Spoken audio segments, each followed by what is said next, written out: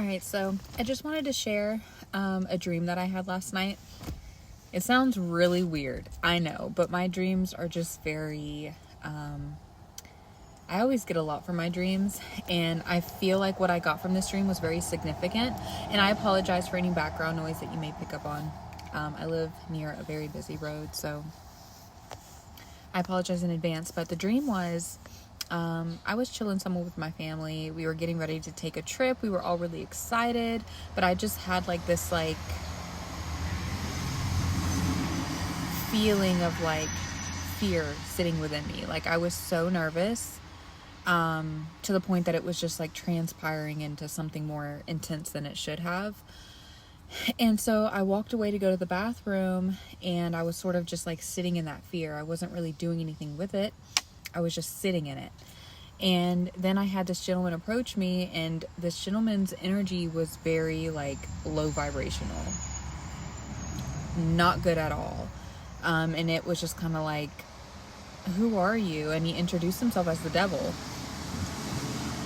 Excuse me. Literally introduced himself as the devil. And so he sort of attached himself to me, presumably because I was already in that low vibrational state. I was already focused on the fear that I was feeling. And so it's almost like he was drawn into me because of that, and started to try to get me to do little tasks. And I was like, oh my God, this is the devil. He holds so much power. I have to. And I remember declining something and trying to walk away, and he used his power to reel me back in. And so I was like, oh my God, I have to.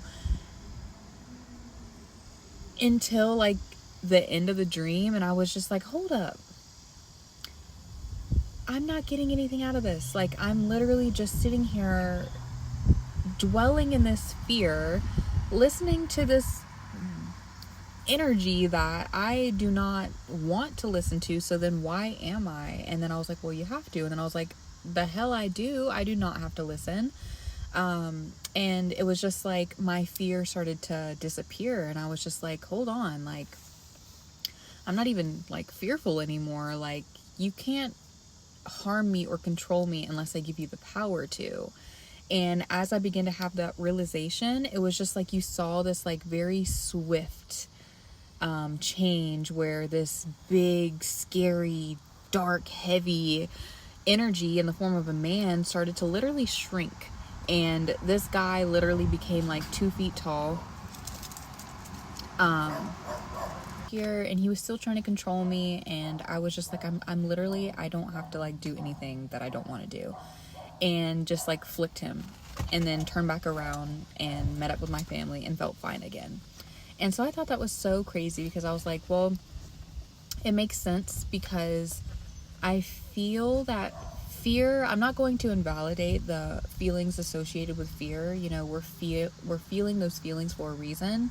But I think oftentimes we feel fear, and we almost allow ourselves to get entrapped in those feelings, as opposed to either transmuting them or working through them, allowing them to flow through us. They sort of just sit with us, or we ignore them and pretend like we're not there, which doesn't get rid of it. So it just sort of pesters and shows up in different ways, different people, different environments, etc., etc. But I feel that it is so important to acknowledge, the fear that you may be feeling towards certain things, but to not give it this power, so much power, especially to the point that it's completely overruling your life. Everything you do becomes out of fear, or everything you don't do becomes out of fear. The fear just controls every aspect of your being. And it's just very interesting, because that dream really showed me things don't have power unless we give it power. So imagine if you took that power that you may otherwise give into fear, and instead use that energy for yourself. Imagine just how powerful you could be. You already are, but getting in touch with it and feeding and fueling something positive and high vibrational, as opposed to feeding and fueling something that's low vibrational and absolutely does not serve you. You're just doing things, doing these tasks, performing these actions out of fear, not getting anything in return other than exhaustion, feeling depleted. Whereas if you're fueling something that is of a higher frequency or serves a higher, better purpose, like, it's reciprocal. I believe that things that are meant for you also feed into you just as much as you feed into them. So I was really suffering from like overthinking and all that entails. I would literally spend so much time just sitting there, just like thinking, just feeling pain, confusion, inadequacy, all these low vibrational thoughts and feelings that obviously do not serve you. They don't serve you. So instead of spending like 30 minutes sitting there pestering myself with not being good enough, I'm going to show myself that I'm good enough and put in 30 minutes of working out. And then afterwards, I'm going to take a really good shower or a spiritual bath. I'm going to make myself a nice, well-rounded meal, something with whole foods, something that, vitalizes and feeds my body, my mind, my soul, everything. Your life just begins to upgrade whenever you start realizing, like, so yeah, I think the point in all of that, I know that I could go into deeper thought, but that is what I would like you to do, is maybe think about how, fear has controlled your life or taken away your opportunities, or what it's, withheld you from, or, maybe it's steered you on a path that you don't want to be on. I think it's just really important to reclaim your power if you haven't already, or just to start the journey of doing that. It's not as simple as it may sound. It definitely takes time. It's a lot of trial and error, and it definitely takes really getting to know yourself at your core. But yeah, I feel that it's so important to do so. And that dream is so significant because I feel that I've had a bit of, it's not my first rodeo, okay? But definitely 2025 has been a huge awakening for me. And I feel that everything that I once knew just completely crumbled. And naturally, old me would have been scrambling, like, oh my God, let me, revert back to situations that don't serve me, but they bring me comfort. And God was like, nay, we are not doing that. We are going to create a new foundation that's meant to last. It's not built on fear, codependency, addiction, lack, etc., etc. It's built on love and abundance. It's built on stability and security. So I feel like 2025 has been like a huge judgment to the entire world. And it's really scary, but it's also, on the bright side, a fresh opportunity to make your life exactly how you want it to be, starting over from scratch. Except you have information that you've learned thus far. Come on, Lola. Come on.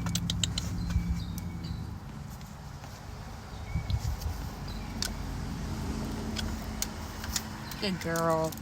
You have enough information that you've learned thus far to really sort of help you, if not perfect the recipe, because perfection is not a thing, but to tweak it to your liking in a way that you know it's going to work.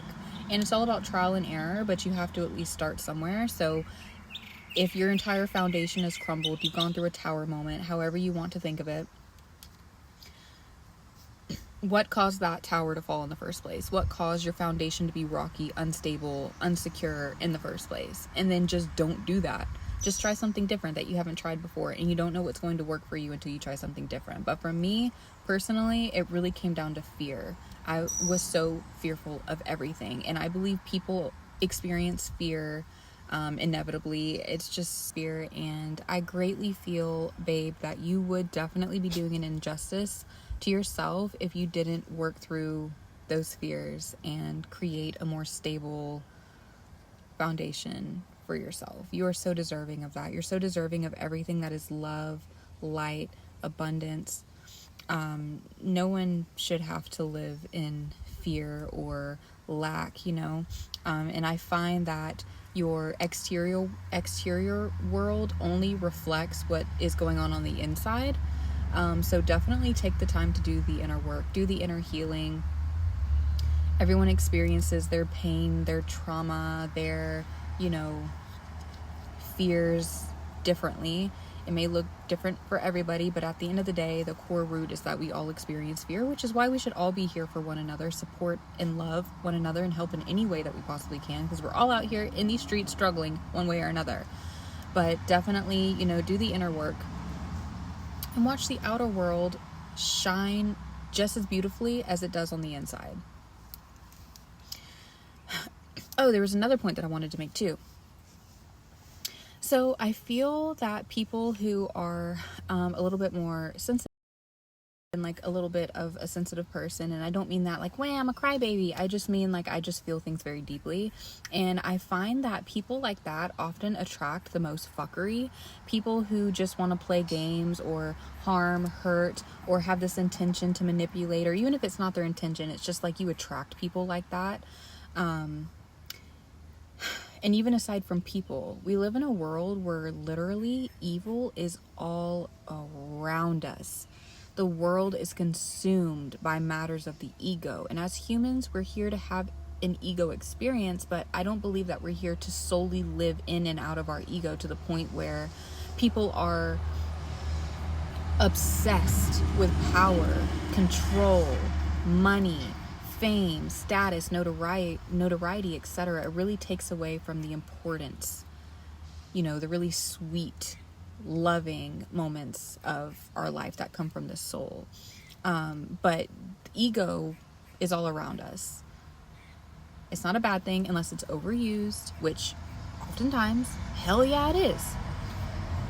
So I feel that, I was thinking yesterday, like, gosh, like I seem kind of outnumbered. Like I'm just this one person, or as a collective, you have this certain amount of people, but sometimes objectively it can appear as if the bad, the evil outweighs like the good.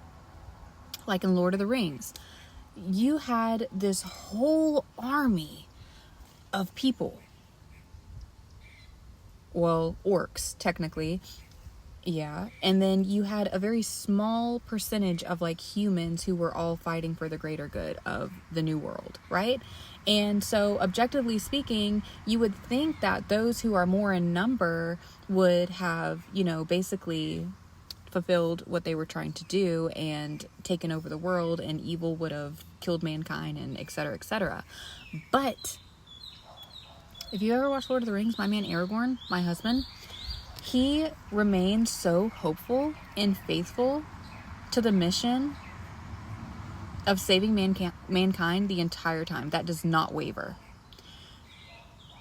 And even though the numbers were outweighed, the good still defeated the bad. Another example of this would be like, for example, like a workplace situation or something. Or if you have a hobby, you're in a club, and then you have this group of people who are gossiping and talking bad about you. This is like an energetic thing too. And, they're trying to basically bring you down, and you're just one person. Objectively speaking, it appears as if you're outnumbered, but, those people's negative intentions do not outweigh the positive intentions of one person. You are the beacon of light, which is why you attract all these musty motherfuckers, because you are literally light and love, whether you see it or not. Deep down that is the truth. That is your truth, which is why you tend to attract experiences and people that really aren't in alignment with you, because you're not totally in alignment with yourself yet, first of all. But the point that I'm trying to make is that regardless, like there's going to be evil out there, but evil does not override the good that is here, the good that is within you. So that example that I just gave, you being one person, you being unbothered, like, oh my God, those people are actually making a fool of themselves. Like, it took all of you to gang up on one of me. Like, what does that say about you? You're weak as hell. You're obviously insecure. You're this, that, and the other. I just feel that you can't, you can, but you shouldn't allow things like that to get to you. It may. I know that I've been there before, but I feel that whenever you really step into your power, you accept yourself, you love yourself, and you start to understand situations for what they really are, it just brings forth truth. And the truth is that the evil never outweighs the good. And if you are good, karma is your BFF. Karma is the world's BFF. Everyone is going to reap what they sow. So if you're a good person with good intentions, maybe you fall from time to time and you have a hard time getting yourself back up, God will always carry you. Remember that you're co-creating with God to create a better life. I'm sweating. For yourself. And that everything's going to be okay even when it doesn't feel okay. Faith and hope the size of a mustard seed does wonders. Yeah, and also learn how to energetically protect yourself and how to refuel yourself and feed yourself high vibrational energy instead of indulging or even paying any attention to that low vibrational nonsense that really, it's not worth your time. You're too good for it. So I know that was scattered, and I'm going to say that every single video because that is how I feel. I think very crazy, and I feel that I'm a good communicator, but sometimes organizing my thoughts and speaking them in an organized manner, it's just not going to happen. So hopefully you got something from that, but yeah.